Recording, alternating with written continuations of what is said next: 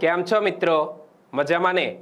એજ્યુ સફરના weekly current અફેરના mega લેક્ચરમાં આપ સર્વ મિત્રોનું હાર્દિક સ્વાગત છે। આ વિડીયોમાં આપણે 26 ફેબ્રુઆરીથી લઈને 3 માર્ચ સુધી જે પણ મહત્વપૂર્ણ ઘટનાઓ સામે આવી છે તેને કવર કરીને સરસ મજાનો આ મેગા લેક્ચર તૈયાર કર્યો છે। તો વિડીયો તમે અંત સુધી નિહાળજો। વિડીયો ગમે તો લાઈક કરવાનું ન ભૂલતા, ઓકે? અને એજ્યુ સફર ચેનલ ઉપર નવા છો, અમારી ચેનલને સબસ્ક્રાઇબ નથી કરી તો મિત્રો નીચે બેલ આઇકન છે તે બેલ આઇકન પણ દબાવી દેજો અને સબસ્ક્રાઇબ બટન પણ દબાવી દેજો, જેથી કરીને આવનારા દરેક વિડીયોની નોટિફિકેશન તમને મળતી રહે। વધારે તમારો સમય ન લેતા આપણે પહેલા પ્રશ્ન ઉપર આવીએ। તો પહેલો પ્રશ્ન, વિશ્વનું સૌથી મોટું રેસ્ક્યુ સેન્ટર વનતારા ક્યાં આવેલું છે? મિત્રો, વિશ્વનું સૌથી મોટું રેસ્ક્યુ સેન્ટર વનતારા ક્યાં આવેલું છે? આપણા ગુજરાતમાં આવેલું છે। તો સાચો જવાબ છે ઓપ્શન એ। રિલાયન્સ ઇન્ડસ્ટ્રીઝ અને રિલાયન્સ ફાઉન્ડેશને ભારત અને સમગ્ર વિશ્વના ઈજાગ્રસ્ત, પ્રતાડિત અને ભયગ્રસ્ત પ્રાણીઓના બચાવ, સારવાર, સંભાળ અને પુનર્વસન પર ધ્યાન કેન્દ્રિત કરવા માટે વનતારા કાર્યક્રમની જાહેરાત કરી છે। મિત્રો, તાજેતરમાં જ તમે જોયું હશે કે અનંત અંબાણી અને રાધિકા મર્ચન્ટના પ્રી વેડિંગના વિડીયો મિત્રો યુટ્યુબ ઉપર અને ઘણા બધા શોર્ટ વિડીયો અવેલેબલ છે। તો આ વનતારા જે પ્રાણીઓ માટે થઈને એક મહત્વપૂર્ણ કદમ ઉઠાવવામાં આવ્યું છે એમાં સંકળાયેલું છે આ રિલાયન્સ ઇન્ડસ્ટ્રીઝ અને રિલાયન્સ ફાઉન્ડેશન। જુઓ, રિલાયન્સ ઇન્ડસ્ટ્રીઝ અને રિલાયન્સ ફાઉન્ડેશને ભારત અને સમગ્ર વિશ્વના ઈજાગ્રસ્ત, પ્રતાડિત અને ભયગ્રસ્ત પ્રાણીઓના બચાવ, સારવાર, સંભાળ અને પુનર્વસન પર ધ્યાન કેન્દ્રિત કરવા માટે વનતારા કાર્યક્રમની જાહેરાત કરી। વનતારા જે વિશ્વનું સૌથી મોટું રેસ્ક્યુ સેન્ટર છે મિત્રો, પ્રાણીઓ માટેનું વિશ્વનું સૌથી મોટું રેસ્ક્યુ સેન્ટર જેનું નામ છે વનતારા। રિલાયન્સના જામનગર રિફાઇનરી સંકુલમાં આવેલા ગ્રીન બેલ્ટમાં 3000 એકરમાં ફેલાયેલા વનતારાનો ઉદ્દેશ્ય વૈશ્વિક સ્તરે સંરક્ષણ પ્રયાસોમાં અગ્રણી પ્રદાનકર્તાઓમાં સ્થાન મેળવવાનો છે। મિત્રો, પ્રાણીઓ માટે જે વિશ્વમાં સંરક્ષણની કામગીરી કરે છે એવા સંસ્થાનોમાં સ્થાન પ્રાપ્ત કરવા માટે થઈને આ વનતારા ખોલવામાં આવ્યું છે। ઇમેજમાં તમે જોઈ શકો છો કે રિલાયન્સના જામનગર રિફાઇનરી સંકુલમાં આવેલા ગ્રીન બેલ્ટમાં 3000 એકરમાં ફેલાયેલા વનતારાનો ઉદ્દેશ્ય વૈશ્વિક સ્તરે સંરક્ષણ પ્રયાસોમાં અગ્રણી પ્રદાનકર્તાઓમાં સ્થાન મેળવવાનો છે। અને ભારતના અને વિશ્વના કેટલાક ટોચના પ્રાણીશાસ્ત્રી અને તબીબી નિષ્ણાતો આ મિશનમાં જોડાઈ ગયા છે। આ સેન્ટર પાસે 25,000 ચોરસ ફૂટની વિશ્વની સૌથી મોટી એલિફન્ટ હોસ્પિટલ છે। મિત્રો, અહીં વિશ્વની સૌથી મોટી એલિફન્ટ હોસ્પિટલ બનાવવામાં આવી છે અને જે 25,000 ચોરસ ફૂટમાં ફેલાયેલી છે। જે પોર્ટેબલ એક્સરે મશીનો, વિવિધ સારવાર માટેના લેસર મશીનો, સંપૂર્ણ સજ્જ ફાર્મસી, તમામ ડાયગ્નોસ્ટિક ટેસ્ટ માટે પેથોલોજી, નિદાન માટે આયાતી એલિફન્ટ રિસ્ટ્રેટિંગ ડિવાઇસીસ, હાઇડ્રોલિક પુલી અને ક્રેન્સ, હાઇડ્રોલિક સર્જિકલ ટેબલ અને હાથીઓ માટે હાઇપરબરિક ઓક્સિજન ચેમ્બર સાથે સજ્જ છે। મિત્રો, આ વનતારા એની અંદર પ્રાણીઓની સારવાર માટે કેટલીક અદ્યતન સુવિધાઓ ઊભી કરવામાં આવી છે। એ તમે જુઓ કે આ વનતારા જે પોર્ટેબલ એક્સરે મશીનો, વિવિધ સારવાર માટેના લેસર મશીનો, સંપૂર્ણ સજ્જ ફાર્મસી, તમામ ડાયગ્નોસ્ટિક ટેસ્ટ માટે પેથોલોજી, નિદાન માટે આયાતી એલિફન્ટ રિસ્ટ્રેઇનિંગ ડિવાઇસીસ, હાઇડ્રોલિક પુલી અને ક્રેન્સ, હાઇડ્રોલિક સર્જિકલ ટેબલ અને હાથીઓ માટે હાઇપરબરિક ઓક્સિજન ચેમ્બર સાથે સજ્જ છે। આ હોસ્પિટલ કેટરેક અને એન્ડોસ્કોપિક ગાઇડેડ સર્જરીઝ કરે છે। તેના પ્રકારના પ્રથમ ખાસ ડિઝાઇન કરાયેલા એન્ડોસ્કોપી સાધન સાથે મિત્રો આ હોસ્પિટલ બનાવવામાં આવી છે અને જરૂરી કોઈ પણ શસ્ત્રક્રિયા કરવા માટે પણ આ હોસ્પિટલમાં તમામ ઉપકરણો અવેલેબલ છે કે કોઈ પણ પ્રકારની પ્રાણીઓ ઉપર જો શસ્ત્રક્રિયા કરવાની જરૂરિયાત થાય, મતલબ કે ઓપરેશન કરવાની જરૂરિયાત ઊભી થાય તો એ સુવિધા પણ આ વનતારા સેન્ટરમાં છે। ગ્રીન ઝૂઓલોજિકલ રેસ્ક્યુ સેન્ટર વર્ષ 2020માં શરૂ થયું હતું। આ વનતારા ક્યારથી શરૂ થયું છે? 2020થી। આ કાર્યક્રમ હેઠળ ગેંડા, દીપડા અને મગરોના પુનર્વસન માટે પણ પહેલ કરાઈ છે। અહીં તમિલનાડુમાં ભીડભાડ વાળી સુવિધાથી 1000થી વધુ મગરોને રાખવામાં આવ્યા છે। જે જંગલી પ્રાણીઓ અગાઉ સર્કસ અથવા પ્રાણી સંગ્રહાલયમાં હતા તેને અહીં રાખવામાં આવ્યા છે અને તેમના માટે પણ વન તારામાં 650 એકરમાં બચાવ અને પુનર્વસન કેન્દ્ર બનાવવામાં આવ્યું છે। તો મિત્રો, જે વ્યક્તિ ધનાઢ્ય હોય એ કેટલાક પરોપકારના એવા ઉમદા કાર્યો કરતા હોય છે કે જેના કારણે એમની ઇન્ડસ્ટ્રીઝ, એમનો પરિવાર એ ધીમે ધીમે આગળ વધતો રહેતો હોય છે। તો એવું જ કંઈક કર્યું છે આ રિલાયન્સ ફાઉન્ડેશન અને રિલાયન્સ ઇન્ડસ્ટ્રીઝના તમામ પરિવારજનોએ। ચાલો હવે બીજો પ્રશ્ન, તાજેતરમાં કયા રાજ્યની સરકારે મુખ્યમંત્રી સાર્વત્રિક જીવન વીમા યોજનાનું અનાવરણ કર્યું છે? મિત્રો, તાજેતરમાં કયા રાજ્યની સરકારે મુખ્યમંત્રી સાર્વત્રિક જીવન વીમા યોજનાનું અનાવરણ કર્યું? તો નાગાલેન્ડ રાજ્યની સરકારે આ યોજનાનું અનાવરણ કર્યું। નાગાલેન્ડ સરકારે મુખ્યમંત્રી સાર્વત્રિક જીવન વીમા યોજનાનું અનાવરણ કર્યું। અહીં પણ વાંચી શકો છો, Nagaland universal life insurance scheme launch કરી છે અને નાગાલેન્ડના મુખ્યમંત્રી કોણ છે? નેફ્યુ રિયો, તેમણે આ જાહેરાત કરી છે અને આ યોજનાનો ઉદ્દેશ્ય કુટુંબના પ્રાથમિક કમાનારના અકાળે અવસાનના કારણે થતી આર્થિક મુશ્કેલીઓને દૂર કરવાનો છે। મિત્રો, કુટુંબની અંદર એક એવો વ્યક્તિ હોય છે કે જેના ઉપર આખો પરિવાર નિર્ભર હોય છે।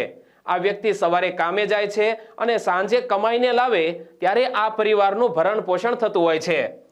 તો આ યોજનાનો ઉદ્દેશ્ય કુટુંબના પ્રાથમિક કમાનારના અકાળે અવસાનના કારણે થતી કુટુંબની આર્થિક મુશ્કેલીઓને દૂર કરવાનો છે। મુખ્યમંત્રી સાર્વત્રિક જીવન વીમા યોજના રાજ્ય સરકાર દ્વારા ભંડોળ પૂરું પાડવામાં આવે છે। આ પહેલ મુખ્યમંત્રી આરોગ્ય વીમા યોજનાને લગતી છે, જે નાગરિક કલ્યાણનો અભિગમ દર્શાવે છે।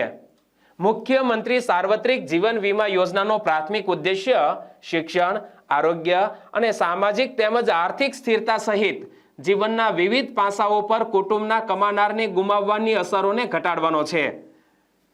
પ્રાથમિક કમાનાર માટે જીવન વીમા કવરેજ અને 3 વધારાના પરિવારના સભ્યો માટે આકસ્મિક વીમા કવરેજ પ્રદાન કરીને આ યોજના રાજ્યભરના પરિવારો સુધી સુરક્ષા જાળને વિસ્તારિત કરે છે।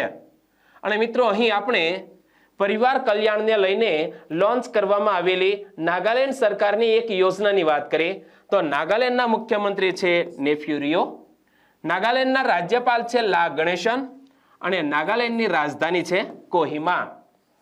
ત્રીજો પ્રશ્ન, નીચેનામાંથી કોને બ્રિટનના રાજા ચાર્લ્સ ત્રીજા દ્વારા માનદ નાઇટહુડ એનાયત કરવામાં આવ્યો છે? બ્રિટનના રાજા ચાર્લ્સ ત્રીજા દ્વારા તાજેતરમાં કોને માનદ નાઇટહુડ એનાયત કરવામાં આવ્યો છે? તો ભારતના એક જાણીતા ઉદ્યોગપતિ જેનું નામ છે સુનિલ ભારતી મિત્તલ, તેમને બ્રિટનના રાજા ચાર્લ્સ ત્રીજા દ્વારા માનદ નાઇટહુડ એનાયત કરવામાં આવેલ છે। જુઓ, ભારતી એન્ટરપ્રાઇઝીસના ચેરમેન અને સ્થાપક સુનિલ ભારતી મિત્તલને બ્રિટનના રાજા ચાર્લ્સ ત્રીજા દ્વારા માનદ નાઇટહુડ એનાયત કરવામાં આવ્યો છે।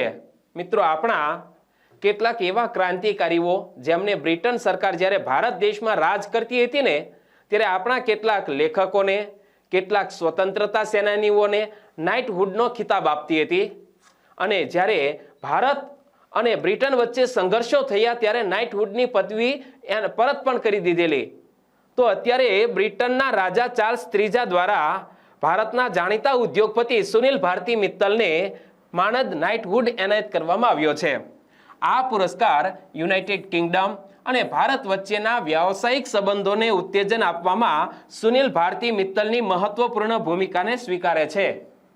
ભારતી એન્ટરપ્રાઇઝીસે ભારત યુકે સ્પેસમાં ખાસ કરીને સેટેલાઇટ ટેકનોલોજી અને બ્રોડબેન્ડ સેવાઓમાં નોંધપાત્ર યોગદાન આપ્યું છે।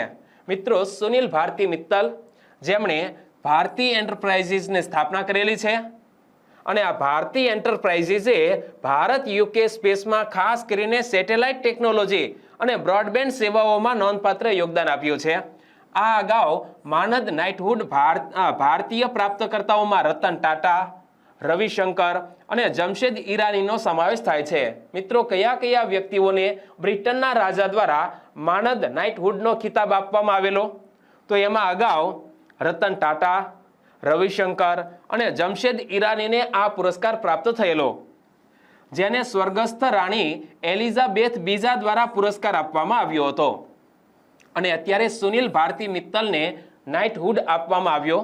તો સુનિલ ભારતી મિત્તલનો જન્મ પંજાબના લુધિયાણામાં થયો હતો. સુનિલ ભારતી મિત્તલ એક ભારતીય અબજોપતિ, ઉદ્યોગપતિ અને પરોપકારી વ્યક્તિ છે.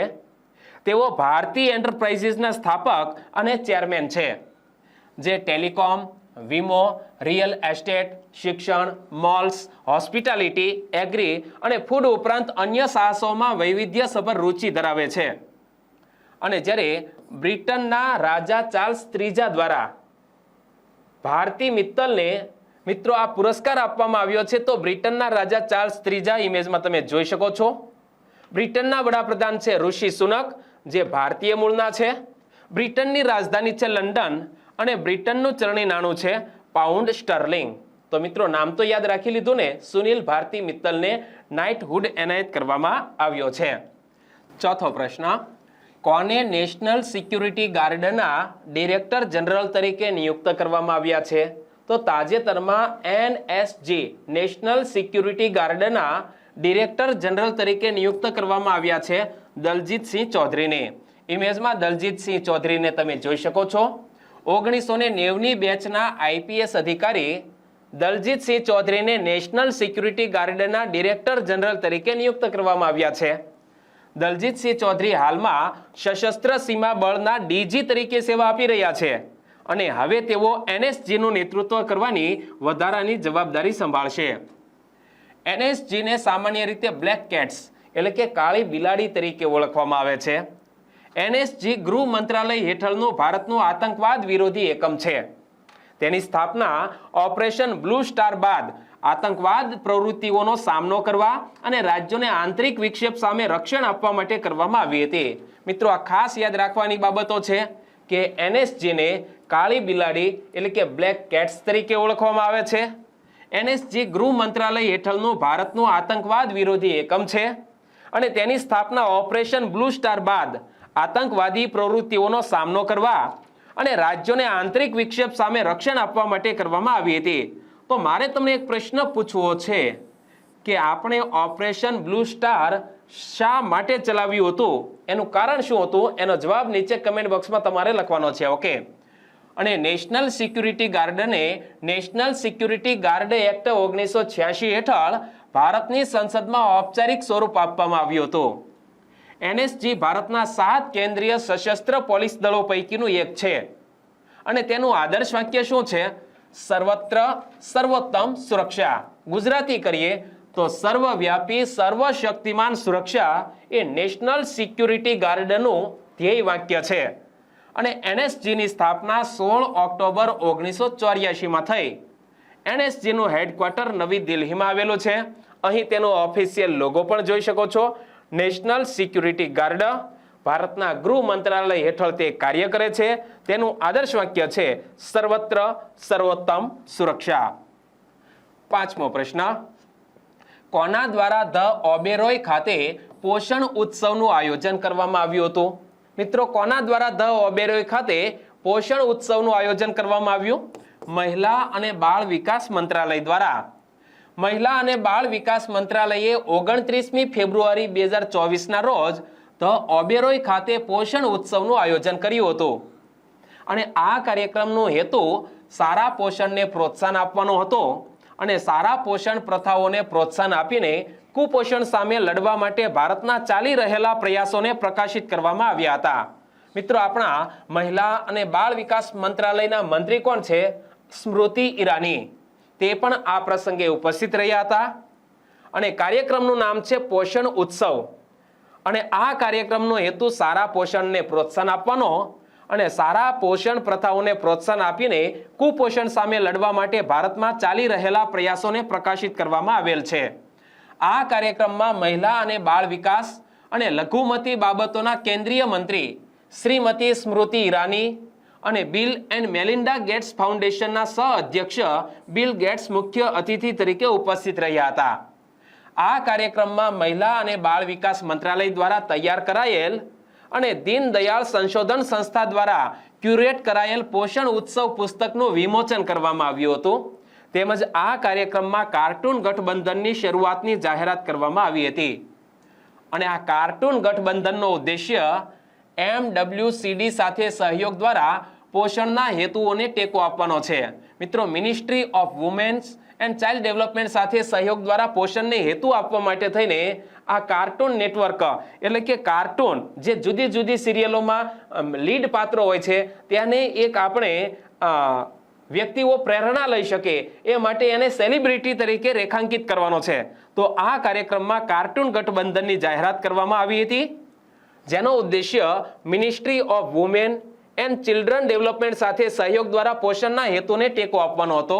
એમાં ચાચા ચૌધરી, સુપંડી, શંભુ અને એલ્મો જેવા લોકપ્રિય કાર્ટૂન પાત્રોની હાજરીએ આ કાર્યક્રમને વિશેષ આકર્ષિત કર્યો હતો। અને આપણા મહિલા અને બાળ વિકાસ તેમજ લઘુમતી બાબતોના કેન્દ્રીય મંત્રી છે સ્મૃતિ ઈરાની, તેઓ આ પ્રસંગે ઉપસ્થિત રહ્યા હતા।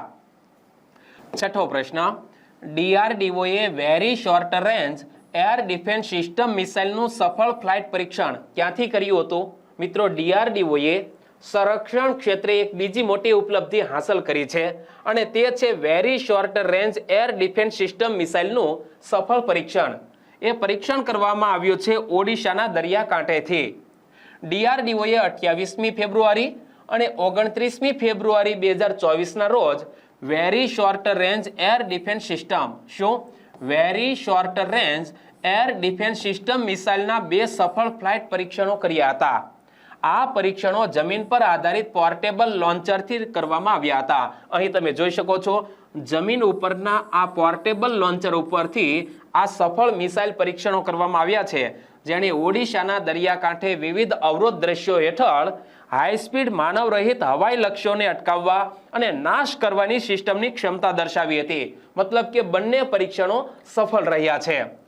Very short range air defence system main portable air defence system સંશોધન કેન્દ્ર ઇમરત, ડીઆરડીઓ અને ભારતીય ઉદ્યોગ ભાગીદારોના સહયોગથી સ્વદેશી રીતે ડિઝાઇન કરવામાં આવી છે અને સ્વદેશી રીતે તેને વિકસાવવામાં આવી છે। મિત્રો, કોના દ્વારા આ સિસ્ટમ ડેવલપ કરવામાં આવી છે? તો very short range air defence system main portable air defence system સંશોધન કેન્દ્ર ઇમરત, ડીઆરડીઓ અને ભારતીય ઉદ્યોગ ભાગીદારોના સહયોગથી સ્વદેશી રીતે ડિઝાઇન કરવામાં આવી છે, વિકસાવવામાં આવી છે। અને આ મિસાઇલમાં અદ્યતન તકનીકોનો સમાવેશ થાય છે, જેમાં લઘુચિત્ર પ્રતિક્રિયા નિયંત્રણ સિસ્ટમ અને સંકલિત એવિયોનિક્સનો સમાવેશ થાય છે, જે પરીક્ષણો દરમિયાન સફળતાપૂર્વક સાબિત થઈ છે। આ મિસાઇલને ડ્યુઅલ થ્રસ્ટર સોલિડ મોટર દ્વારા ચલાવવામાં આવે છે અને તે ખાસ કરીને ટૂંકી રેન્જમાં નીચી ઊંચાઈવાળા હવાઈ જોખમોને બેઅસર કરવા માટે બનાવવામાં આવી છે। મિત્રો, આ જે મિસાઇલનું સફળ પરીક્ષણ કરવામાં આવ્યું છે એનાથી શું ફાયદો થવાનો છે? તો આ મિસાઇલને ડ્યુઅલ થ્રસ્ટર સોલિડ મોટર દ્વારા ચલાવવામાં આવે છે અને તે ખાસ કરીને ટૂંકી રેન્જમાં નીચી ઊંચાઈવાળા હવાઈ જોખમોને બેઅસર કરવા માટે બનાવવામાં આવી છે। અને defence research and development organisation એટલે કે ડીઆરડીઓ દ્વારા આ સફળ પરીક્ષણ કરવામાં આવ્યું। તો ડીઆરડીઓના વર્તમાન અધ્યક્ષ કોણ છે? સમીર વી કામત। ડીઆરડીઓની સ્થાપના 1958ના રોજ થઈ અને ડીઆરડીઓનું હેડક્વાર્ટર નવી દિલ્હી મુકામે આવેલું છે અને ડીઆરડીઓનું આદર્શ વાક્ય છે બલસ્ય મૂલમ વિજ્ઞાનમ। 7મો પ્રશ્ન, ઝૂઓલોજિકલ સર્વે ઓફ ઇન્ડિયા દ્વારા શોધાયેલ મેલાનોક્લામિસ દ્રૌપદી શું છે? તાજેતરમાં ઝૂઓલોજિકલ સર્વે ઓફ ઇન્ડિયા દ્વારા શોધાયેલ મેલાનોક્લામિસ દ્રૌપદી એ દરિયાઈ ગોકળ ગાયની એક નવી પ્રજાતિ છે અને આ દરિયાઈ ગોકળ ગાયનું નામકરણ આપણા ભારત દેશના વર્તમાન રાષ્ટ્રપતિ દ્રૌપદી મુર્મુજીના નામ ઉપરથી કરવામાં આવ્યું છે। નામ શું રખાયું છે? મેલાનોક્લામિસ દ્રૌપદી। ઝૂઓલોજિકલ સર્વે ઓફ ઇન્ડિયાએ દરિયાઈ ગોકળ ગાયની નવી પ્રજાતિની ઓળખ કરી છે, જેને ભારતના રાષ્ટ્રપતિ દ્રૌપદી મુર્મુના નામ ઉપરથી મેલાનોક્લામિસ દ્રૌપદી એવું નામ આપવામાં આવ્યું છે અને આ પ્રજાતિ પશ્ચિમ બંગાળના દીઘા અને ઓડિશાના ઉદયપુરના દરિયાકાંઠાના વિસ્તારોમાંથી મળી આવી હતી। તે ટૂંકા અસ્પષ્ટ નળાકાર શરીર, સરળ ડોર્સલ સપાટી અને વિશિષ્ટ લાલ ડાઘ ધરાવે છે, જે તેને અન્ય દરિયાઈ ગોકળ ગાયથી અલગ પાડે છે। મેલાનોક્લામિસ દ્રૌપદી એ એક નાનું અપૃષ્ઠવંશી પ્રાણી છે જેનો રંગ કથ્થઈ કાળો છે, જે 7 મિલીમીટર લંબાઈ સુધીની હોય છે। મિત્રો, 1 સેન્ટીમીટર બરાબર 10 મિલીમીટર થાય મતલબ કે આ દરિયાઈ ગોકળ ગાયનું માપ 7 મિલીમીટર છે, 1 સેન્ટીમીટર કરતાં પણ નાનું. આ પ્રજાતિ હર્મેફ્રોડિટિક છે અને સામાન્ય રીતે રેતાળ દરિયા કિનારાના આંતરભરતી ઝોન પર જોવા મળે છે. ભારત સરકારના પર્યાવરણ, વન અને આબોહવા પરિવર્તન મંત્રાલય દ્વારા પ્રાણી સૃષ્ટિના સર્વેક્ષણ અને સંશોધનને પ્રોત્સાહન આપવા માટે પ્રાણીશાસ્ત્રીય સંશોધન અને અભ્યાસમાં અગ્રણી ભારતીય સંસ્થા તરીકે ઝૂઓલોજિકલ સર્વે ઓફ ઇન્ડિયાની સ્થાપના કરવામાં આવી હતી. તો મિત્રો, આ ઝૂઓલોજિકલ સર્વે ઓફ ઇન્ડિયાની સ્થાપના ક્યારે કરવામાં આવી હતી? 1 જુલાઈ 1916ના રોજ. અને આ ઝૂઓલોજિકલ સર્વે ઓફ ઇન્ડિયાના વર્તમાન અધ્યક્ષ કોણ છે? ડોક્ટર ધ્રુતિ બેનર્જી. ઇમેજમાં તમે જોઈ શકો છો. અને આ સંસ્થાનું હેડક્વાર્ટર પશ્ચિમ બંગાળની રાજધાની કોલકાતામાં આવેલું છે. અહીં પણ વાંચી શકો છો, ઝૂઓલોજિકલ સર્વે ઓફ ઇન્ડિયા, જેના વર્તમાન અધ્યક્ષ છે ડોક્ટર ધ્રુતિ બેનર્જી. 8મો પ્રશ્ન, FIH Odisha hockey men's world cup 2023 નામની કોફી ટેબલ બુકનું વિમોચન કોણે કર્યું હતું? FIH Odisha hockey men's world cup 2023 નામની કોફી ટેબલ બુકનું વિમોચન ઓડિશાના વર્તમાન મુખ્યમંત્રી નવીન પટનાયકના હસ્તે કરવામાં આવ્યું. ઓડિશાના મુખ્યમંત્રી નવીન પટનાયકે FIH Odisha hockey men's world cup 2023 નામની કોફી ટેબલ બુકનું વિમોચન કર્યું. ધ હિન્દુ ગ્રુપના સ્પોર્ટ્સ મેગેઝિન સ્પોર્ટ સ્ટાર દ્વારા પ્રકાશિત આ પુસ્તક 2023માં આયોજિત 15મા FIH Odisha hockey men's world કપના સારને સમાવે છે. મિત્રો, એક કોફી ટેબલ બુક છે અને જ્યારે ઓડિશાની અંદર 15મા FIH Odisha hockey men's world cup આયોજિત થયો ત્યાંના કેટલાક સંસ્મરણો ઇમેજ સ્વરૂપે આ કોફી ટેબલ બુકમાં મૂકવામાં આવ્યા છે. પુસ્તક વિમોચન કાર્યક્રમમાં ઓડિશાના રમતગમત અને યુવા સેવા વિભાગના સચિવ આર વિનિલ કૃષ્ણા અને ધ હિન્દુ ગ્રુપના જનરલ મેનેજર SDT રાવની સાથે વાઇસ પ્રેસિડેન્ટ શ્રીધર અરનાલા સહિત અગ્રણી વ્યક્તિઓએ હાજરી આપી હતી. અને એ કોફી ટેબલ બુકની ઇમેજમાં તમે જોઈ શકો છો. સ્પોર્ટ સ્ટારની coffee table book FIH Odisha hockey men's world cup 2023 માટે કાયમી શ્રદ્ધાંજલિ છે. આ બુકમાં મેદાન પરની દરેક ક્રિયાઓ અને મેદાનની બહારની ઉજવણીને ઝીણવટપૂર્વક દર્શાવવામાં આવી છે. 252 પૃષ્ઠોની આ બુક ઉત્કૃષ્ટ ફોટોગ્રાફ્સથી ભરપૂર છે, જે રમતગમતના પરાક્રમ, સાંસ્કૃતિક ઉત્સવો અને દર્શકોના સ્પષ્ટ ઉત્સાહને જીવંત બનાવે છે. મિત્રો, 252 પૃષ્ઠોની આ કોફી ટેબલ બુક છે અને આ બુકની સમૃદ્ધ પ્રિન્ટિંગ અને વાઇબ્રન્ટ વિઝ્યુઅલ આવનારી પેઢીઓ માટે વર્લ્ડ કપની આ યાદોને કાયમી સાચવી રાખશે. FIH hockey men's world cup 2023 ટુર્નામેન્ટનું આયોજન ઓડિશાના ભુવનેશ્વર અને રાઉરકેલા ખાતે કરવામાં આવ્યું હતું. આપણે યાદ રાખીશું કે FIH hockey men's world cup 2023નું આયોજન ક્યાં થયું હતું? ઓડિશાના ભુવનેશ્વર અને રાઉરકેલા ખાતે. FIH hockey men's world cup 2023 એ મેન્સ FIH હોકી વર્લ્ડ કપની 15મી આવૃત્તિ હતી, જેમાં જર્મનીએ બેલ્જિયમને હરાવીને તેનું 3જું ટાઇટલ જીત્યું હતું. આપણે યાદ રાખીશું કે FIH hockey men's world cup 2023માં ફાઇનલની અંદર કોણ વિજેતા બન્યું હતું? તો એમાં જર્મની વિજેતા બન્યું. એમાં બેલ્જિયમને હરાવીને જર્મની એ મિત્રો ચેમ્પિયન બને છે અને તેનું 3જું ટાઇટલ જીતે છે. 9મો પ્રશ્ન, તાજેતરમાં કયા સ્થળે મહારાણા પ્રતાપની 21 ફૂટની પ્રતિમાનું અનાવરણ કરવામાં આવ્યું? મહારાણા પ્રતાપની 21 ફૂટ ઊંચી પ્રતિમાનું અનાવરણ હૈદરાબાદ ખાતે કરવામાં આવ્યું. તો સાચો જવાબ છે હૈદરાબાદ. હૈદરાબાદના બેગમ બજારમાં મહારાણા પ્રતાપ ચોક ખાતે રાજપૂત રાજા મહારાણા પ્રતાપની 21 ફૂટની પ્રતિમા સ્થાપિત કરવામાં આવી હતી અને તેનું અનાવરણ કરવામાં આવ્યું હતું. ઇમેજમાં એ પ્રતિમાને તમે જોઈ શકો છો. 2 ટન વજનની આ ભવ્ય પ્રતિમાને કલાકાર સુંદર સિંઘ દ્વારા 3 મહિનામાં તૈયાર કરવામાં આવી હતી. ફરી એકવાર જોઈ લઈએ કે હૈદરાબાદના બેગમ બજારમાં મહારાણા પ્રતાપ ચોક ખાતે રાજપૂત રાજા મહારાણા પ્રતાપની 21 ફૂટ ઊંચી પ્રતિમા સ્થાપિત કરવામાં આવી અને તેનું અનાવરણ પણ થઈ ગયું છે. અને 2 ટન વજનની આ ભવ્ય પ્રતિમાને કલાકાર સુંદર સિંઘ દ્વારા 3 મહિનામાં તૈયાર કરવામાં આવી હતી. અને અહીં મહારાણા પ્રતાપની 21 ફૂટ ઊંચી પ્રતિમાની વાત કરી તો મહારાણા પ્રતાપનો જન્મ 9 મે 1540ના રોજ રાજસ્થાનના કુંભલગઢમાં થયેલો. અને મહારાણા પ્રતાપનું હુલામનું નામ શું હતું? કીકા. તેમના પિતાનું નામ હતું મહારાણા ઉદયસિંહ અને માતાનું નામ હતું જયવંતાબાઈ. ફરી એકવાર વાંચી લો. જન્મ 9 મે 1540 ના રોજ રાજસ્થાનના કુંભલગઢમાં તેમનો જન્મ. તેમનું હુલામણું નામ છે કિકા. પિતાનું નામ છે મહારાણા ઉદયસિંહ અને માતાનું નામ છે જયવંતાબાઈ.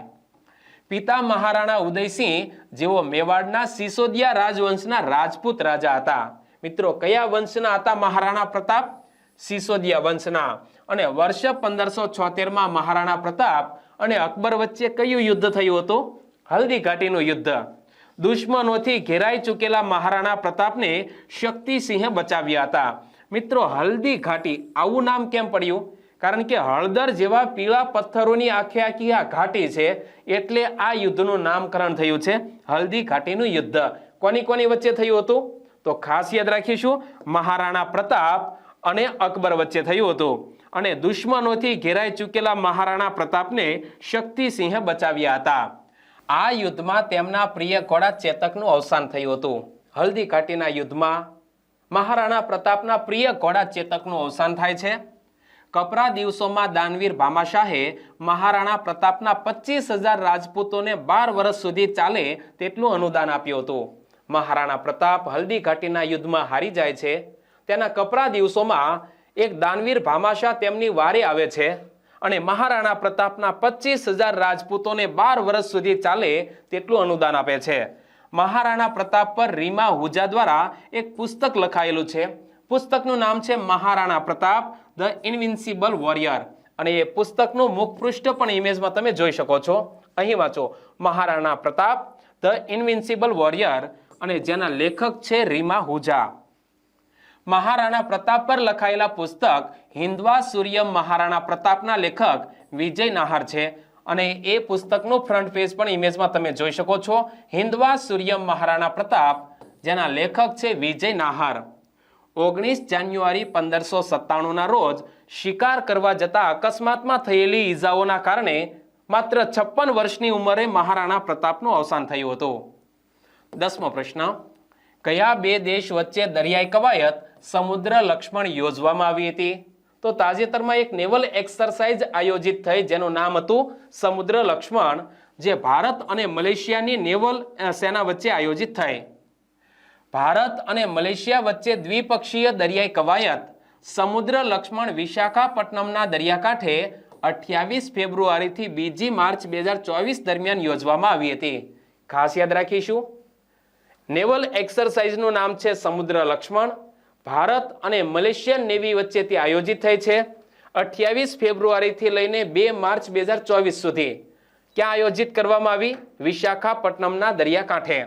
આ કવાયત સહયોગની ત્રીજી આવૃત્તિને ચિહ્નિત કરે છે, જેમાં ભારતીય નૌકાદળના જહાજ કિલ્તાન અને રોયલ મલેશિયન જહાજ કેડી લીકરનો સમાવેશ થાય છે. મિત્રો આ નેવલ એક્સરસાઇઝની અંદર ભારતીય જહાજ કિલ્તાને ભાગ લીધો અને રોયલ મલેશિયન જહાજ કેડી લીકરે ભાગ લીધો. તે ભારતીય અને રોયલ મલેશિયન નૌકાદળ વચ્ચે મજબૂત સંબંધોને પ્રોત્સાહન આપવા અને આંતર સંચાલન ક્ષમતા વધારવા માટે રચાયેલ છે. સમુદ્ર લક્ષ્મણ કવાયતનો પ્રાથમિક ઉદ્દેશ્ય બે નૌકાદળો વચ્ચે મિત્રતા અને સહકારના બંધનોને મજબૂત કરવાનો છે. બંદર અને સમુદ્ર આધારિત પ્રવૃત્તિઓની શ્રેણીમાં સામેલ થઈને આ કવાયત પરસ્પર સમજણને સુધારવા, જ્ઞાન અને શ્રેષ્ઠ પ્રથાઓ વહેંચવા અને બંને નૌકાદળના ઓપરેશનલ કૌશલ્યોને સુધારવાનો પ્રયાસ કરે છે. આ સહયોગ પ્રદેશમાં દરિયાઈ સુરક્ષા અને સ્થિરતા સુનિશ્ચિત કરવા માટે ભારત અને મલેશિયાની પ્રતિબદ્ધતાને રેખાંકિત કરે છે. મલેશિયા દક્ષિણ પૂર્વ એશિયામાં આવેલો એક ઉષ્ણકટિબંધીય દેશ છે. દક્ષિણ ચીની સમુદ્રના આ દેશને બે ભાગોમાં વિભાજિત કરે છે. મિત્રો, જે દક્ષિણ ચીની સમુદ્ર છે એ મલેશિયાને બે ભાગમાં વિભાજિત કરે છે. અને મલેશિયાના વર્તમાન વડાપ્રધાન કોણ છે? અનવર ઇબ્રાહિમ. મલેશિયાની રાજધાની છે ક્વાલાલંપુર અને મલેશિયાનું ચલણી નાણું છે મલેશિયન રિંગિટ. 11મો પ્રશ્ન, કેન્દ્રીય શિક્ષણ અને કૌશલ્ય વિકાસ મંત્રી ધર્મેન્દ્ર પ્રધાને પ્રોજેક્ટ ઓડી સર્વરનું ઉદ્ઘાટન ક્યાં કર્યું હતું? તો આપણા કેન્દ્રીય શિક્ષણ અને કૌશલ્ય વિકાસ મંત્રી છે ધર્મેન્દ્ર પ્રધાન, અને તેમણે પ્રોજેક્ટ ઓડી સર્વરનું ઉદ્ઘાટન ઓડિશા મુકામે કર્યું. તો સાચો જવાબ છે ઓપ્શન ડી. કેન્દ્રીય શિક્ષણ અને કૌશલ્ય વિકાસ અને સાહસિકતા મંત્રી ધર્મેન્દ્ર પ્રધાને ઓડિશાના સંબલપુરમાં પ્રોજેક્ટ ઓડી સર્વનું ઉદ્ઘાટન કર્યું અને આ પ્રોજેક્ટ ઓડી સર્વનો ઉદ્દેશ્ય શું હતો? ઓડિશાના યુવા સ્નાતકોને નાણાકીય સેવાઓની કારકિર્દી માટે તૈયાર કરવાનો છે. મિત્રો, જે યુવા સ્નાતકો છે એમને નાણાકીય સેવાઓની મદદથી તેમની કારકિર્દી તૈયાર થાય એ માટે થઈને પ્રોજેક્ટ ઓડી સર્વ લોન્ચ કરવામાં આવેલ અને આ પહેલ યુવાનોને સશક્ત કરવા, તેમની રોજગાર ક્ષમતા વધારવા અને તેમની કારકિર્દીની આકાંક્ષાઓને પરિપૂર્ણ કરવા માટે રચાયેલ છે. ઓડિશામાં 1100 વિદ્યાર્થીઓ પહેલેથી જ પ્રોજેક્ટ ઓડી સર્વ હેઠળ તાલીમ લઈ ચૂક્યા છે. પ્રોજેક્ટ ઓડી સર્વ હેઠળ 100 કલાકનો તાલીમ કાર્યક્રમ ઓડિશાના યુવાનોને બેન્કિંગ, ફાઇનાન્સ અને વીમા ઉદ્યોગો માટે આવશ્યક કૌશલ્યોથી સજ્જ કરવાનો છે. મિત્રો, પ્રોજેક્ટ ઓડી સર્વનો ઉદ્દેશ્ય શું છે? તો 100 કલાકનો આ તાલીમ કાર્યક્રમ છે જેમાં ઓડિશાના યુવાનોને બેન્કિંગ, ફાઇનાન્સ અને વીમા ઉદ્યોગ માટે આવશ્યક કૌશલ્યોથી સજ્જ કરવાનો છે અને આ પ્રોજેક્ટ લોન્ચ કર્યો છે ઓડિશામાં. તો ઓડિશાના મુખ્યમંત્રી છે નવીન પટનાયક, ઓડિશાના રાજ્યપાલ છે રઘુબર દાસ અને ઓડિશાની રાજધાની છે ભુવનેશ્વર. 12મો પ્રશ્ન, હુગલી કયા રાજ્યમાં આવેલ છે? તાજેતરમાં વડાપ્રધાન શ્રી નરેન્દ્રભાઈ મોદીજીએ ₹7,200 કરોડના વિવિધ વિકાસલક્ષી પ્રોજેક્ટનો શિલાન્યાસ કર્યો અથવા તો ઉદ્ઘાટન કર્યું, તો એ હુગલી પશ્ચિમ બંગાળમાં આવશે. સાચો જવાબ છે ઓપ્શન સી. વડાપ્રધાન શ્રી નરેન્દ્રભાઈ મોદીએ પશ્ચિમ બંગાળના હુગલીના આરામબાગમાં ₹7,200 કરોડની બહુવિધ વિકાસ યોજનાઓનો શિલાન્યાસ કર્યો. વિકાસલક્ષી પ્રોજેક્ટમાં રેલ, બંદરો, તેલ પાઇપલાઇન, એલપીજી સપ્લાય અને ગંદા પાણીની સારવાર વગેરે સામેલ છે. જેમાં 518 કિલોમીટર લાંબી ઇન્ડિયન ઓઇલની હલ્દિયા બરોની ક્રૂડ ઓઇલ પાઇપલાઇનનું ₹2,790 કરોડ રૂપિયાના ખર્ચે ઉદ્ઘાટન કરવામાં આવ્યું હતું. તે બિહાર, ઝારખંડ અને પશ્ચિમ બંગાળમાંથી પસાર થાય છે, જે બરોની રિફાઇનરી, બોંગાઈગાંવ રિફાઇનરી અને ગુવાહાટી રિફાઇનરીને ક્રૂડ ઓઇલ સપ્લાય કરે છે. વધુના વિદ્યાસાગર ઇન્ડસ્ટ્રીયલ પાર્ક ખડગપુર ખાતે 200 કરોડથી ખર્ચે વિકસિત ઇન્ડિયન ઓઇલનો એલપીજી બોટલિંગ પ્લાન્ટ પણ ખુલ્લો મૂકવામાં આવ્યો. 20 TMTPAની ક્ષમતા સાથે તે પશ્ચિમ બંગાળમાં લગભગ 14.5 લાખ ગ્રાહકોને એલપીજી સપ્લાય કરશે અને શ્યામા પ્રસાદ મુખર્જી પોર્ટ કોલકાતા ખાતે લગભગ 1000 કરોડના પ્રોજેક્ટ પોર્ટ પર ઇન્ફ્રાસ્ટ્રક્ચરને મજબૂત કરવા માટે સમર્પિત કરવામાં આવ્યા હતા. શ્યામા પ્રસાદ મુખર્જી પોર્ટ કોલકાતાને વધુ ડેવલપ કરવા માટે થઈને 1000 કરોડ ફાળવવામાં આવ્યા છે. 90 કિલોમીટર સુધી ફેલાયેલી ઝારગ્રામ સલગાઝારીને જોડતી ત્રીજી રેલ લાઇનનું ઉદ્ઘાટન કરવામાં આવ્યું હતું. તેમજ પશ્ચિમ બંગાળમાં 600 કરોડના ખર્ચે વિકસિત વેસ્ટ વોટર ટ્રીટમેન્ટ અને સીવરેજ સંબંધિત પ્રોજેક્ટ્સનું ઉદ્ઘાટન કર્યું હતું. આ ઉપરાંત હાવડા, બલી, કમરહાટી અને બારાનગર ખાતે ઇન્ટરસેપ્શન અને ડાયવર્ઝન કામો અને સુએઝ ટ્રીટમેન્ટ પ્લાન્ટ્સનો સમાવેશ થાય છે. તો આ રીતે વડાપ્રધાન શ્રીએ 7200 કરોડના વિવિધ વિકાસલક્ષી પ્રોજેક્ટ્સનો શિલાન્યાસ કર્યો અથવા તો ઉદ્ઘાટન કર્યું. ક્યાં? હુગલી મુકામેથી. 13મો પ્રશ્ન, ભ્રષ્ટાચાર વિરોધી લોકપાલના અધ્યક્ષ તરીકે કોને નિયુક્ત કરવામાં આવ્યા છે? તો તાજેતરમાં ભ્રષ્ટાચાર વિરોધી લોકપાલના અધ્યક્ષ તરીકે અજય માણિકરાવ ખાનવિલકરને નિયુક્ત કરવામાં આવ્યા છે. ઇમેજમાં તમે જોઈ શકો છો. સુપ્રીમ કોર્ટના ભૂતપૂર્વ ન્યાયાધીશ જસ્ટિસ અજય માણિકરાવ ખાનવિલકરને ભારતના ભ્રષ્ટાચાર વિરોધી લોકપાલના અધ્યક્ષ તરીકે નિયુક્ત કરવામાં આવ્યા છે. લોકપાલના અધ્યક્ષ અને સભ્યોની નિમણૂક વડાપ્રધાનની અધ્યક્ષતાવાળી પસંદગી સમિતિની ભલામણોને અનુસરીને રાષ્ટ્રપતિ દ્વારા કરવામાં આવે છે. ફરી એકવાર જોઈ લઈએ કે સુપ્રીમ કોર્ટના ભૂતપૂર્વ ન્યાયાધીશ જસ્ટિસ અજય માણિકરાવ ખાનવિલકરને ભારતના ભ્રષ્ટાચાર વિરોધી લોકપાલના અધ્યક્ષ તરીકે નિયુક્ત કરવામાં આવ્યા છે અને લોકપાલના અધ્યક્ષ અને સભ્યોની નિમણૂક વડાપ્રધાનની અધ્યક્ષતાવાળી પસંદગી સમિતિની ભલામણોને અનુસરીને રાષ્ટ્રપતિ દ્વારા કરવામાં આવે છે.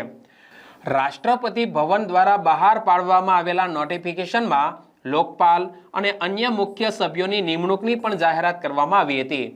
જસ્ટિસ ખાનવિલકર સાથે જસ્ટિસ લિંગપ્પા નારાયણ સ્વામી, જસ્ટિસ સંજય યાદવ અને જસ્ટિસ રીતુરાજ અવસ્થી ન્યાયિક સભ્યો તરીકે સામેલ છે, જ્યારે બિન ન્યાયિક સભ્યોમાં સુશીલ ચંદ્રા, પંકજ કુમાર અને અજય તિર્કીનો સમાવેશ થાય છે.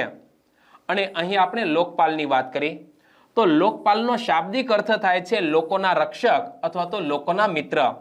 લોકપાલ એ ભ્રષ્ટાચાર વિરોધી સત્તા અથવા લોકપાલની સંસ્થા છે જે ભારતના પ્રજાસત્તાકમાં જાહેર હિતનું પ્રતિનિધિત્વ કરે છે.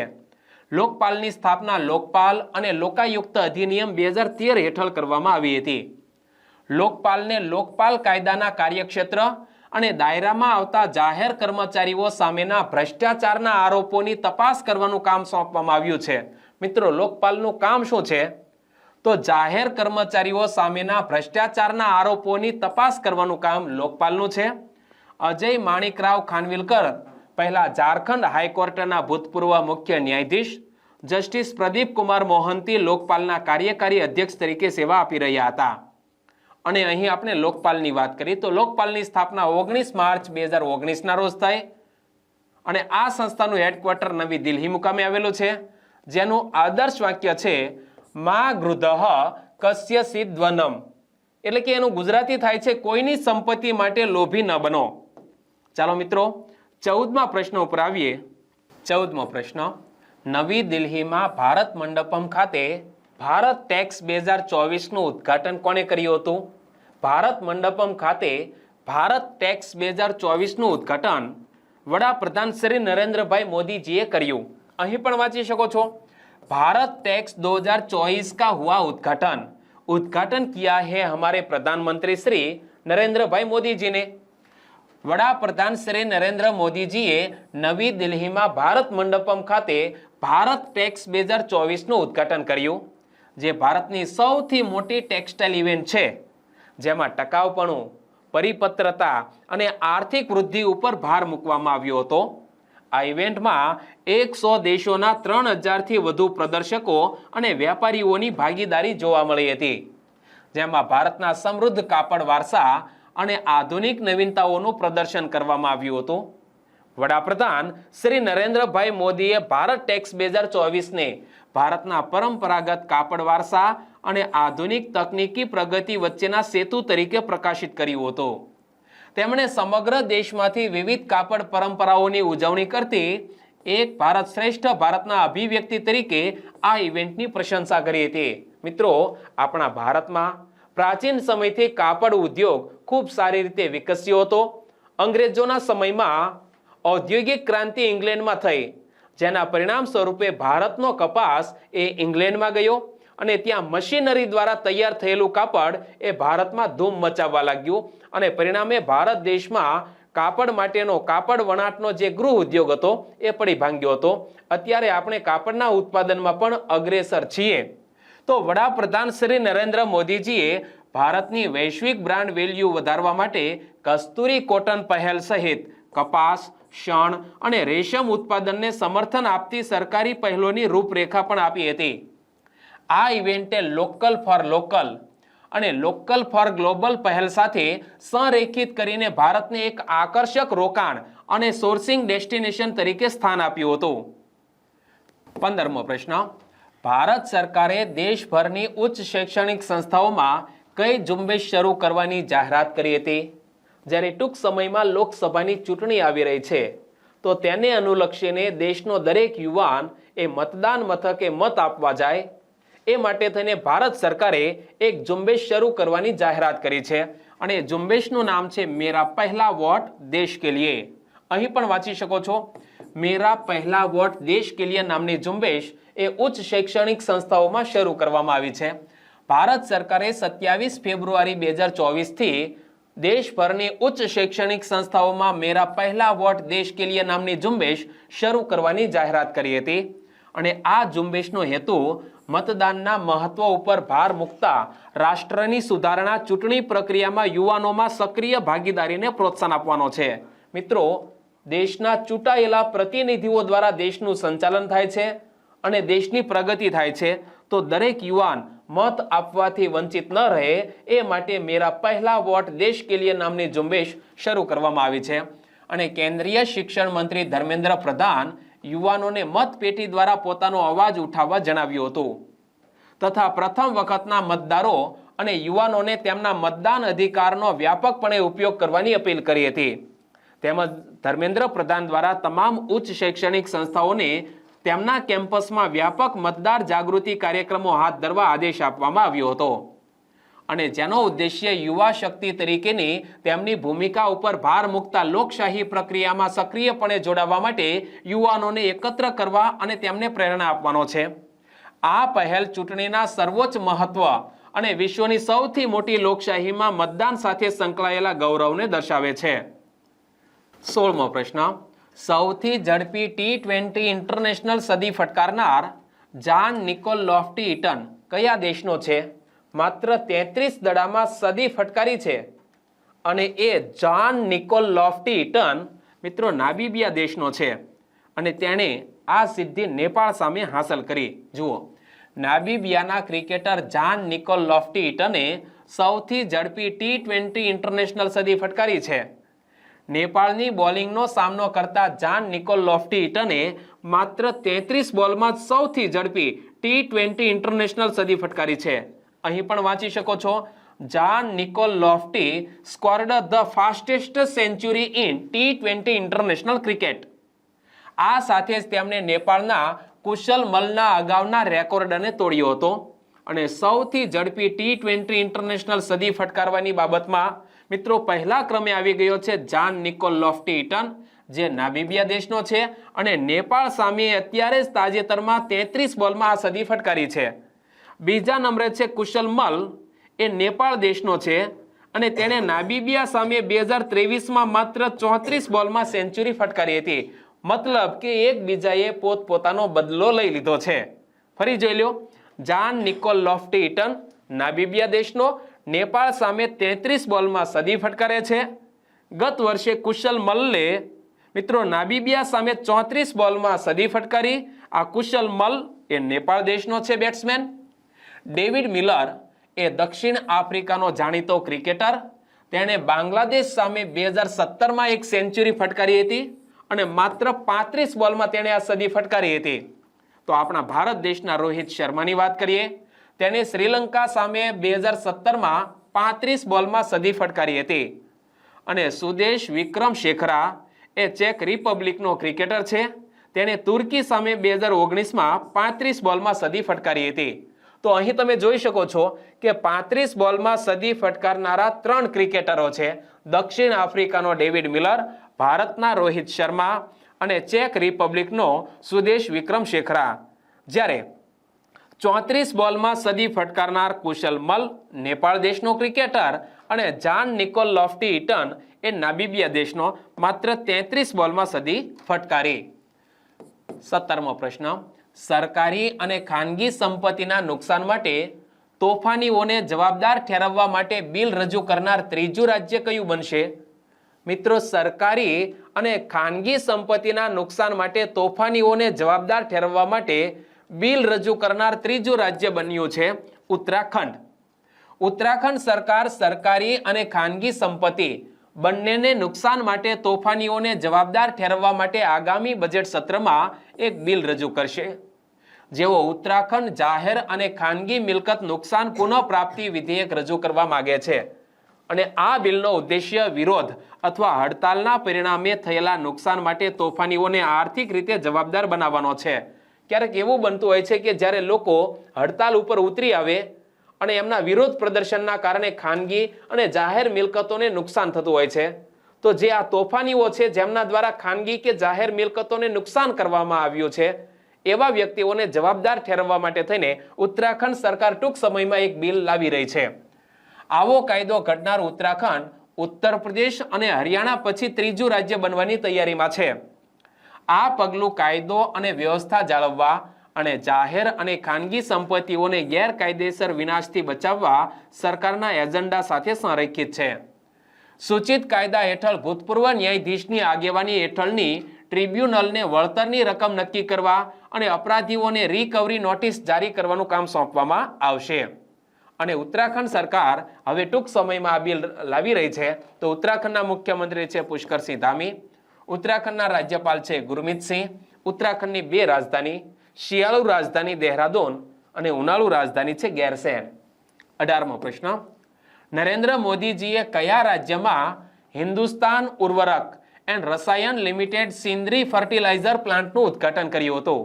મિત્રો, આપણા વડાપ્રધાન શ્રીએ તાજેતરમાં કયા રાજ્યમાં? ઝારખંડ રાજ્યમાં હિન્દુસ્તાન ઉર્વરક એન્ડ રસાયણ લિમિટેડ સિંદરી ફર્ટિલાઇઝર પ્લાન્ટનું ઉદ્ઘાટન કર્યું.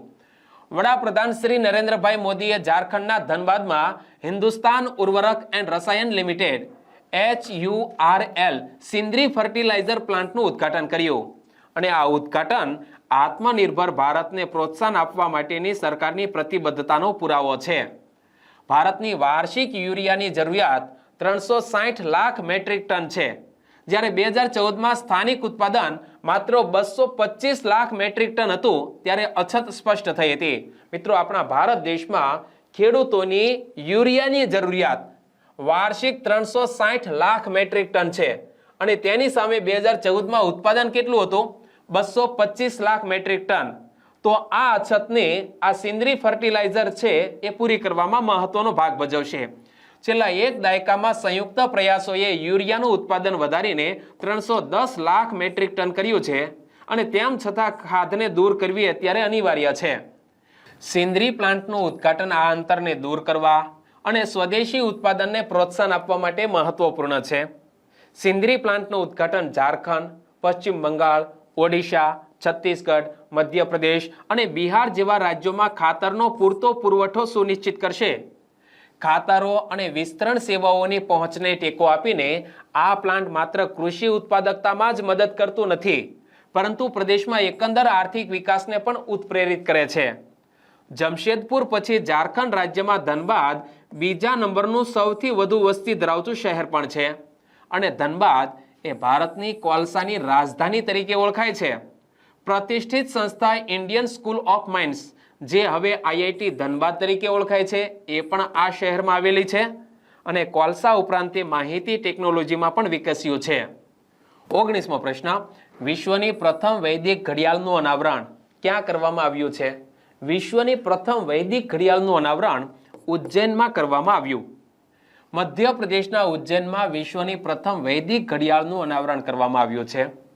આ શહેરના જંતર મંતર ખાતે 85 ફૂટના ટાવર પર સ્થિત આ વૈદિક ઘડિયાળનું સત્તાવાર રીતે 1 માર્ચ 2024ના રોજ વડાપ્રધાન શ્રી નરેન્દ્રભાઈ મોદી દ્વારા વર્ચ્યુઅલ સમારોહમાં ઉદ્ઘાટન કરવામાં આવ્યું હતું. ફરી એકવાર જોઈ લઈએ કે મધ્યપ્રદેશના ઉજ્જૈનમાં વિશ્વની પ્રથમ વૈદિક ઘડિયાળનું અનાવરણ કરવામાં આવ્યું અને આ શહેરના જંતર મંતર ખાતે 85 ફૂટના ટાવર પર સ્થિત આ વૈદિક ઘડિયાળનું સત્તાવાર રીતે 1 માર્ચ 2024ના રોજ વડાપ્રધાન શ્રી નરેન્દ્રભાઈ મોદી દ્વારા વર્ચ્યુઅલ રીતે ઉદ્ઘાટન કરવામાં આવ્યું. સરકારી જીવાજી વેધશાળાની નજીક સ્થિત આ વૈદિક ઘડિયાળ સમય દર્શાવવાની પરંપરાગત ભૂમિકાને પાર કરે છે. ઇમેજમાં તમે જોઈ શકો છો, આ વૈદિક ઘડિયાળ છે વિશ્વની પ્રથમ વૈદિક ઘડિયાળ છે અને જે બનાવવામાં આવી છે ઉજ્જૈનમાં. તે વૈદિક હિન્દુ પંચાંગને લગતી વ્યાપક માહિતી પ્રદાન કરવા માટે રચાયેલ છે, જેમાં નીચેની મહત્વની વિગતોનો સમાવેશ થાય છે. તો આ વૈદિક ઘડિયાળની મદદથી કઈ કઈ માહિતી પ્રાપ્ત થશે? તો એક તો ગ્રહોની સ્થિતિ, શુભ સમય. હિન્દુ ધર્મમાં મિત્રો કોઈ પણ કાર્ય માટે આપણે મુહૂર્ત કાઢીએ છીએ એ આ વૈદિક ઘડિયાળની મદદથી જાણી શકાશે. જ્યોતિષીય ગણતરીઓ અને આગાહીઓ પણ આ ઘડિયાળની મદદથી થઈ શકશે. તિથિ એટલે કે મિત્રો ચંદ્રનો સાતમ છે, આઠમ છે, નોમ છે, એ ખ્યાલ પણ મિત્રો આ વૈદિક ઘડિયાળની મદદથી આવશે. આ અનોખો અભિગમ પ્રાચીન ભારતીય સમય નિર્ધારણ પદ્ધતિઓ અને વિવિધ સાંસ્કૃતિક અને જ્યોતિષીય પાસાઓ સાથે તેમનું જોડાણ પ્રદાન કરે છે. આ ઘડિયાળ સંદર્ભ માટે ભારતીય માનક સમય એટલે કે ઇન્ડિયન સ્ટાન્ડર્ડ ટાઈમ અને ગ્રીનવિચ મીન ટાઈમ બંનેને પણ પ્રદર્શિત કરશે. એટલે કે મિત્રો આપણો ઇન્ડિયન સ્ટાન્ડર્ડ ટાઈમ અને વૈશ્વિક લેવલે જે ગ્રીનિચ રેખાના આધારે સમગ્ર વિશ્વનો સમય નિર્ધારિત થાય છે એ પણ અહીં દર્શાવવામાં આવશે. વૈદિક ઘડિયાળ માટેની પહેલ 6 નવેમ્બર 2022ના રોજ તત્કાલીન ઉચ્ચ શિક્ષણ મંત્રી મોહન યાદવ, જે હાલમાં અત્યારે મધ્યપ્રદેશના મુખ્યમંત્રી છે, તેમના દ્વારા આ વૈદિક ઘડિયાળ બનાવવા માટેનો શિલાન્યાસ કરવામાં આવ્યો હતો. અને આ પ્રોજેક્ટ માત્ર ભારતના જ સમૃદ્ધ સાંસ્કૃતિક વારસાને જ પ્રદર્શિત કરતું નથી, પરંતુ તેની વૈજ્ઞાનિક પ્રગતિના સતત પ્રયાસને પણ દર્શાવે છે. 20મો પ્રશ્ન, કયા દેશે સમગ્ર દેશમાં ડેન્ગ્યુ તાવના વધતા જતા કેસોના લીધે આરોગ્ય કટોકટીની જાહેરાત કરી છે? તો તાજેતરમાં પેરુ દેશે આરોગ્ય કટોકટીની જાહેરાત કરી છે. પેરુએ સમગ્ર દેશમાં ડેન્ગ્યુ તાવના વધતા જતા કેસોના લીધે આરોગ્ય કટોકટી જાહેર કરી છે. પેરુના આરોગ્ય મંત્રી સેઝર વાસ્કવેઝે જણાવ્યું હતું કે 2024ના પ્રથમ 8 અઠવાડિયામાં ડેન્ગ્યુના 31,000થી વધુ કેસ નોંધાયા છે અને જેના પરિણામે 32 જેટલા લોકોના મોત થયા છે. મિત્રો, એક દેશની અંદર આરોગ્ય કટોકટીની જાહેરાત કરવામાં આવી છે. એ દેશ છે પેરુ. પેરુના આરોગ્ય મંત્રી સેઝર વાસ્કવેઝે જણાવ્યું હતું કે 2024ના પ્રથમ 8 અઠવાડિયામાં ડેન્ગ્યુના 31,000થી વધુ કેસ નોંધાયા છે અને જેમાં 32 લોકોના મોત નીપજ્યા છે. આ આરોગ્ય કટોકટીની ઘોષણા પેરુના 25માંથી 20 પ્રદેશમાં કરવામાં આવશે અને ડેન્ગ્યુ તાવ માદા એડિસ ઇજિપ્તી મચ્છર કરડવાથી મનુષ્યોમાં ફેલાય છે. ડેન્ગ્યુના લક્ષણોની વાત કરીએ તો તાવ આવે છે, માથાનો દુખાવો થાય છે, સ્નાયુ અને સાંધામાં પણ દુખાવો થાય છે, ત્વચા પર ઓરી જેવી ફોલ્લીઓ નીકળી આવે છે. તો આ ડેન્ગ્યુ તાવના લક્ષણો છે અને ડેન્ગ્યુ માટે કોઈ રસી ઉપલબ્ધ નથી. ડેન્ગ્યુનો રોગ ના થાય એના માટે મચ્છરોથી બચવું જોઈએ અને મચ્છરોને ઓછા કરવા જોઈએ. સામાન્ય રીતે મિત્રો, જ્યાં પાણી ભરાઈ રહેતું હોય છે ત્યાં મચ્છરોનો ઉપદ્રવ થતો હોય છે. તો આસપાસ જો કોઈ પાણી ભરાયેલું હોય તો તેનો નિકાલ કરવો જોઈએ. અને પેરુ દેશે આરોગ્ય કટોકટીની જાહેરાત કરી તો પેરુ દેશના રાષ્ટ્રપતિ છે દીના બોલ્યુઆર્ટે. ઇમેજમાં તમે જોઈ શકો છો. પેરુ દેશના વડાપ્રધાન છે આલ્બર્ટો ઓટારોલા. પેરુ દેશની રાજધાની છે લીમા અને પેરુ દેશનું ચલણ નાણું છે સોલ. મિત્રો, ક્યારેક વર્ષમાં એક જ વખત આવો દેશ હાઇલાઇટમાં આવતો હોય છે. આ ચારેય ફેક્ટ પેરુ દેશ સાથે સંલગ્ન છે. યાદ રાખીશું કે પેરુના રાષ્ટ્રપતિ છે દીના બોલ્યુઆર્ટે, પેરુ દેશના વડાપ્રધાન છે આલ્બર્ટો ઓટારોલા, પેરુની રાજધાની છે લીમા અને પેરુ દેશનું ચલણી નાણું છે સોલ. તો મિત્રો, અહીં આપણે આ ફેબ્રુઆરીના 26 ફેબ્રુઆરીથી લઈને 3 માર્ચ સુધીના કરંટ અફેરના મેગા લેક્ચરને ખત્મ કરીએ છીએ. ટૂંક સમયમાં ફરી એક મેગા લેક્ચર સાથે આપની સમક્ષ આવીશ. વિડીયો ગમ્યો હોય તો લાઈક કરવાનું ન ભૂલતા. ઓકે, ફરી મળીશું ટૂંક સમયમાં. આપનો આભાર.